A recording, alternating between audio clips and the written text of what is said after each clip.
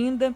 O Senhor Jesus, ele ilustra a vinda dele como um senhor, um homem muito rico, que chama os seus servos e ele divide o seu dinheiro, a sua riqueza com os seus servos para que eles administrem as suas riquezas enquanto ele vai fazer uma viagem longa.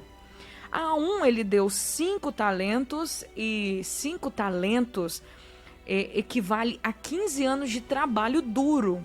Isso mesmo, 15 anos. Trazendo hoje, vamos supor que um ano de trabalho, um salário de R$ 1.300, fazendo a continha aí, dividido aí por 12 meses, multiplicado por 12 meses, multiplicado por 15 anos, daria mais de R$ 228 mil, um talento. Então ele deu 5 talentos para um dos seus servos e ele distribuiu de acordo com a capacidade de cada um deles, porque eles tinham que ter a capacidade para administrar aquela quantidade. A um ele deu 5 porque esse tinha capacidade de administrar 5, ele deu 2 para o outro porque o outro tinha capacidade de administrar 2, e ao outro ele deu 1 porque ele viu que esse 1 teria aquela capacidade de administrar 1. Só que acontece o seguinte: ele foi, viajou e depois de muito tempo ele voltou e foi pedir contas. E ele começou a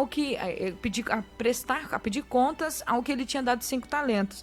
E esse que ele tinha dado 5 talentos redobrou para ele, voltou para ele mais 5 talentos, ou seja, 10. Ele dobrou o valor daqueles talentos. E o Senhor ficou muito feliz, disse: servo bom, você foi fiel e tal. E o que tinha ganhado 2 talentos multiplicou a mais 2, ou seja, deu para ele 4 agora, e ele ficou muito feliz. Mas quando chega nesse servo que tinha recebido um talento que equivale a 15 anos de trabalho duro, quando esse servo chegou, quando o Senhor foi pedir contas para esse servo, ele diz o seguinte: aqui está o seu talento, do jeito que você me deu eu estou te devolvendo, porque eu tive medo.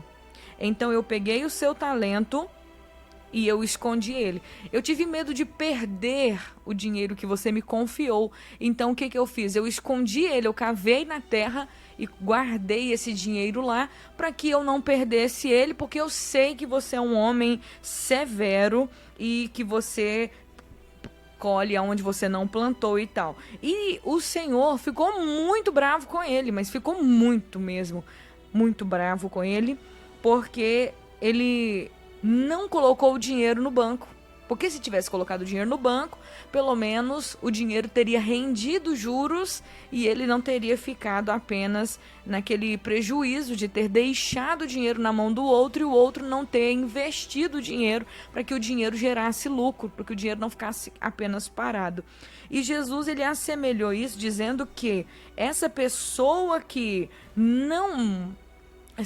não trouxe o rendimento, que não rendeu, que não usufruiu daquele talento, que não usufruiu, não fez uma boa administração daquilo que estava confiado a ela, porque o que está falando aqui vai muito da questão da responsabilidade com aquilo que Deus nos deu. É isso que a gente precisa entender. O que Deus confiou para mim? O que Deus me deu para fazer na vida? Isso fala muito da minha responsabilidade com isso. Deus me deu coisas, Deus me deu responsabilidades. E o que eu faço com as minhas responsabilidades? Eu multiplico as minhas responsabilidades, ou seja, eu administro bem o que Deus me deu, os dons, a família, a forma de ajudar as pessoas, porque tudo isso o Senhor vai prestar contas, Ele vai pedir contas de tudo que a gente fez aqui na terra. As nossas obras, elas vão ser, haverá uma prestação de contas aonde a gente precisa entender o que Jesus está ensinando aqui nessa parábola. Mas assim, enfim, a parábola é essa prestação de contas sobre aquilo que Deus confia pra gente. Aquele que ganhou uma coisa só, um talento só, ele teve medo. O medo fez com que ele não progredisse. O medo fez com que ele escondesse aquilo que ele tinha recebido. Enquanto os outros receberam 5, receberam 2 e foram logo já trabalhar em cima daqueles 2, os outros que tinham recebido mais, poderiam ter mais medo e falar assim: nossa, isso aqui é muito dinheiro, então eu vou esconder. Mas eles não esconderam. Eles trabalharam em cima daquele valor que eles tinham recebido e fizeram com que aquele dinheiro rendesse 100%, aquele valor multiplicasse, e eles foram elogiados, porque eles foram responsáveis na hora de administrar aqueles talentos. Então é importante nós entendermos que o medo, falando de medo, ele paralisa a gente em muitas coisas da nossa vida. É algo que precisa ser enfrentado para ser vencido. Mas a gente precisa entender qual foi a primeira pessoa na Bíblia, a primeira expressão nas Escrituras que fala da questão do medo.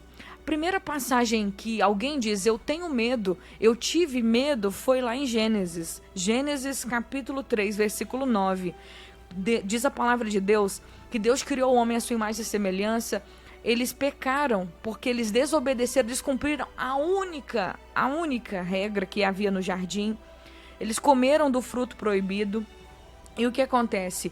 Quando eles comeram do fruto proibido, diz a palavra do Senhor que Deus veio ao jardim, como Deus tinha costume de vir todos os dias na virada do dia. E em Gênesis 3:9 diz que o Senhor chamou o homem e perguntou, aonde você está? No versículo 10, Adão responde, eu ouvi que o Senhor estava andando pelo jardim e eu me escondi, pois eu tive medo, porque eu estava nu. O medo, ele fecha o nosso coração para os relacionamentos. Quando você se frustra com um namoro, com um casamento, com amizades, com familiares, quando você se frustra com sócios, você se fecha ao ponto de não conseguir mais confiar nas pessoas. Adão, ele conhecia a Deus porque todos os dias Deus vinha se relacionar com ele como filho, se relaciona com o pai, como família, sempre está ali junto, conversando, como foi seu dia, como foi seu trabalho. Mas no momento em que Adão, ele pecou, ele abriu a porta para o medo entrar no coração dele e ele teve medo de Deus porque ele estava nu. Ele não queria mais, naquele momento, a nudez fala da nossa fragilidade, fala das nossas intimidades. Então, o medo, ele faz com que você se feche e não consiga mais se abrir nos relacionamentos para as outras pessoas, porque quando você se abriu, você foi ferido, você foi ferida, você foi machucado, você foi machucada quando você confiou em uma pessoa, contou os seus segredos para ela, você abriu a sua vida para essa pessoa e essa pessoa simplesmente traiu você, expondo você para outras pessoas, traindo sua confiança, traindo você de alguma forma, e com isso, por causa disso, você acabou se fechando. Então o medo, ele faz a gente se fechar para os relacionamentos, porque eu não quero passar por aquilo de novo, eu não quero ter que enfrentar aquilo de novo. Foi isso que aconteceu com Adão. Primeira vez que a gente vê a expressão, eu tive medo, porque eu estou nu. O medo, ele também leva a gente ao pânico, ao descontrole, ao desespero, como foi com os discípulos de Jesus quando eles enfrentavam uma tempestade. Jesus foi adiante dos discípulos e Jesus declarou, gritou para eles, assim, disse, não tenham medo, coragem, sou eu estou aqui na tempestade, então não tenham medo, gente, coragem. E Pedro, ao ouvir Jesus dizer isso, disse, se é o Senhor mesmo, manda eu ir até o Senhor.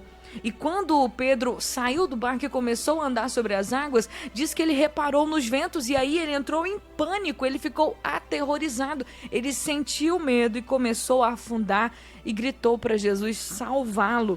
Pois o medo, ele paralisa a gente em momentos de adversidade. Aí você começa ali com aquela fé toda e vai enfrentar aquela doença, vai enfrentar aquela crise no casamento, vai enfrentar aquela crise financeira. Aí no início você tem aquela fé de que realmente Jesus está no caso, e de repente os dias começam a passar, as horas começam a passar e você não tem resposta, e de repente você começa a observar que as horas estão passando e a fé que você tinha naquela hora que você fez aquela oração no culto, aquela hora que você pediu ajuda espiritual, aquela fé que você tinha no início daquela prova, de repente você não tem mais aquela fé, você começa a observar as circunstâncias e começa a afundar, porque a resposta que ainda não chegou, ela começa a trazer medo no seu coração. O medo de quê? Será que Deus vai me atender mesmo? Será que realmente Jesus está comigo? Porque parece que a tempestade não acaba. Parece que as ondas não param de me bater.